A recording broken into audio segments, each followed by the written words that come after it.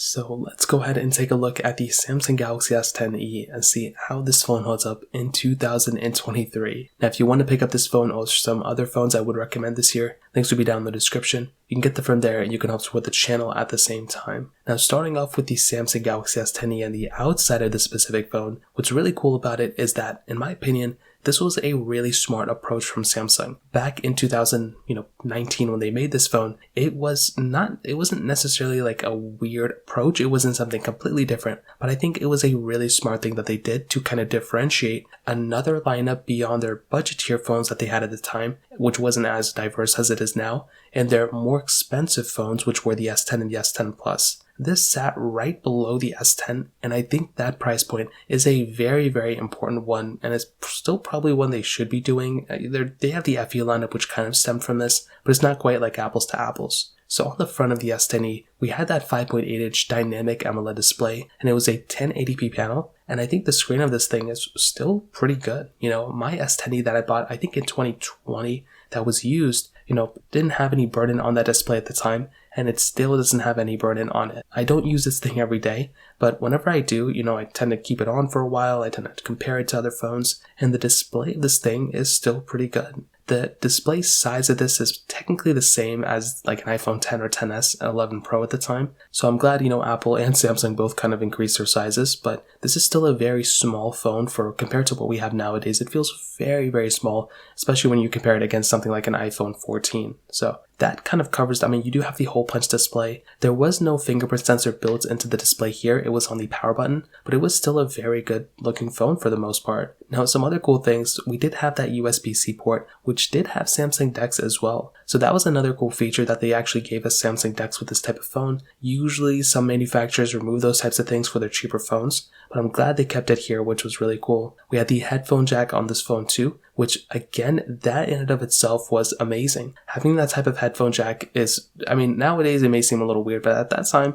it was a really cool thing. And also we had that micro SD card slot as well, which again, that was another really awesome thing that they did here too. So definitely when it comes down to it, I'm a massive fan of how Samsung approached their E lineup at that time. And the fact that they gave it almost all the I/O as most of the other phones that they had at the time is honestly really cool. And on the back, we had this standard glass back, not the frosted glass back or anything like that, but it still felt very good. It still doesn't look like a cheap phone by any means. And Samsung did a really good job in the build quality of this phone, even though it was supposed to be the cheaper phone.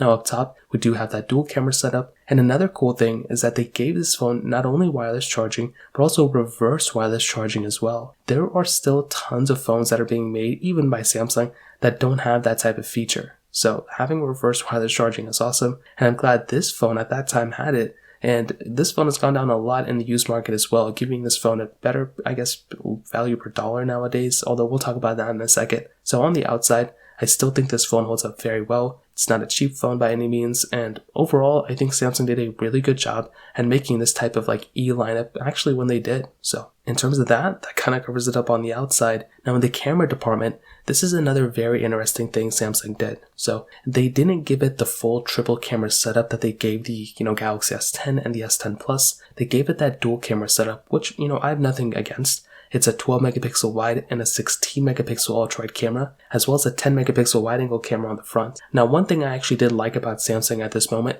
was that they gave it the ultra-wide camera. Had they given it the telephoto lens like they gave the Galaxy Note 9, I think that would have given it a little bit of a different approach, but I'm glad they didn't do that. I think the S9 Plus also had the telephoto lens too, I could be wrong, but essentially having that ultra-wide sensor I think is a much better thing that they did, and I will say 4K 860 on the front and the back of this phone as well, and that type of capability makes this phone feel a little bit more future-proofed.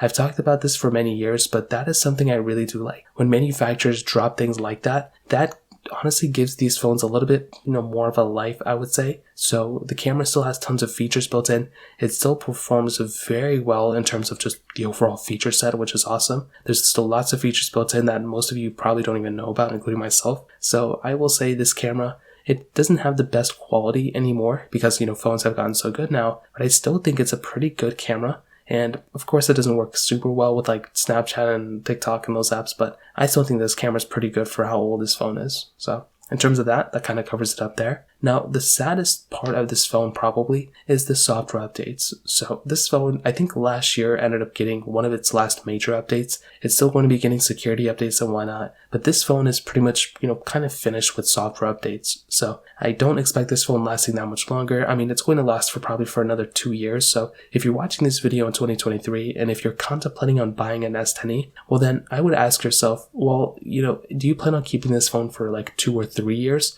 or 1 to 2 years? If it's 1 to 2 years, then I think this phone is still worth it. But if you're trying to keep it like 2 to 3 to 4 years, I don't really think this phone is necessarily worth it in that standpoint, mostly because it is kind of getting to its end of life. It's still getting security updates like I mentioned, but the fact that this thing isn't getting another major update kind of puts this phone in another strange spot. So you might be best off if you just go ahead and buy something like a Samsung Galaxy S20 or S21 or S20 FE. Those ones may be the better choices here, mostly because those are still supported with software, and this one sadly is not supported with software. So in terms of that kind of covers it up for the most part. Now in terms of the performance side of things, this phone has that Qualcomm Snapdragon 855 chipset inside with 6 gigs of RAM on the base model and 8 gigs of RAM on the top tier model. The model that I bought the first time and this time was the 6 gigabyte of RAM option, and I will tell you this phone's performance is pretty good. It still feels and performs fairly decent. The one thing I've been noticing more now than ever before is that this phone does actually heat up noticeably more than usually when I know, maybe even up until like 2 years ago. So I'm not too sure why that's the case, but I will say from basic things that you're going to do with your phone, things like, calling people, texting people, things like that, checking your calendar, email stuff, perfectly fine. Not really too many slowdowns there. But when you're going through and maybe doing things like, slight gaming or, split screen multitasking between 2 apps, that kind of stuff is fine too. I don't really have too much to complain about. And even with some heavier intensive gaming, like if you're playing Genshin Impact or if you're playing Call of Duty Mobile or anything like that, you're probably also going to be fine too. Like you're not really going to get in the spot with this phone where it's like just bogged down and it can't do what you want it to do. But there are noticeable times where this phone can seem like a little bit of a slower device. Times like when you're going through and maybe you're scrolling between apps too fast or you're scrolling down a page on the Google Play Store, things do seem choppy, like notice like randomly like that, but it's not really like, oh, this phone is slow. It's just this like phone has skipped frames. And that kind of has to happen, a little bit to do with the lack of 120 Hz as well. If this phone had a 120 Hz panel, I think that would have been awesome. Unfortunately, you don't have that type of capability here. But, it is what it is. There's not much we can do. But I think the performance of this phone is okay. But do keep in mind the lack of 120 Hz kind of makes this phone not feel like the best performing phone of all time. So to kind of wrap up this whole entire video, what I'll tell you is I think the Samsung Galaxy S10e was a very, very important phone that Samsung made. I think this phone still stands on its own.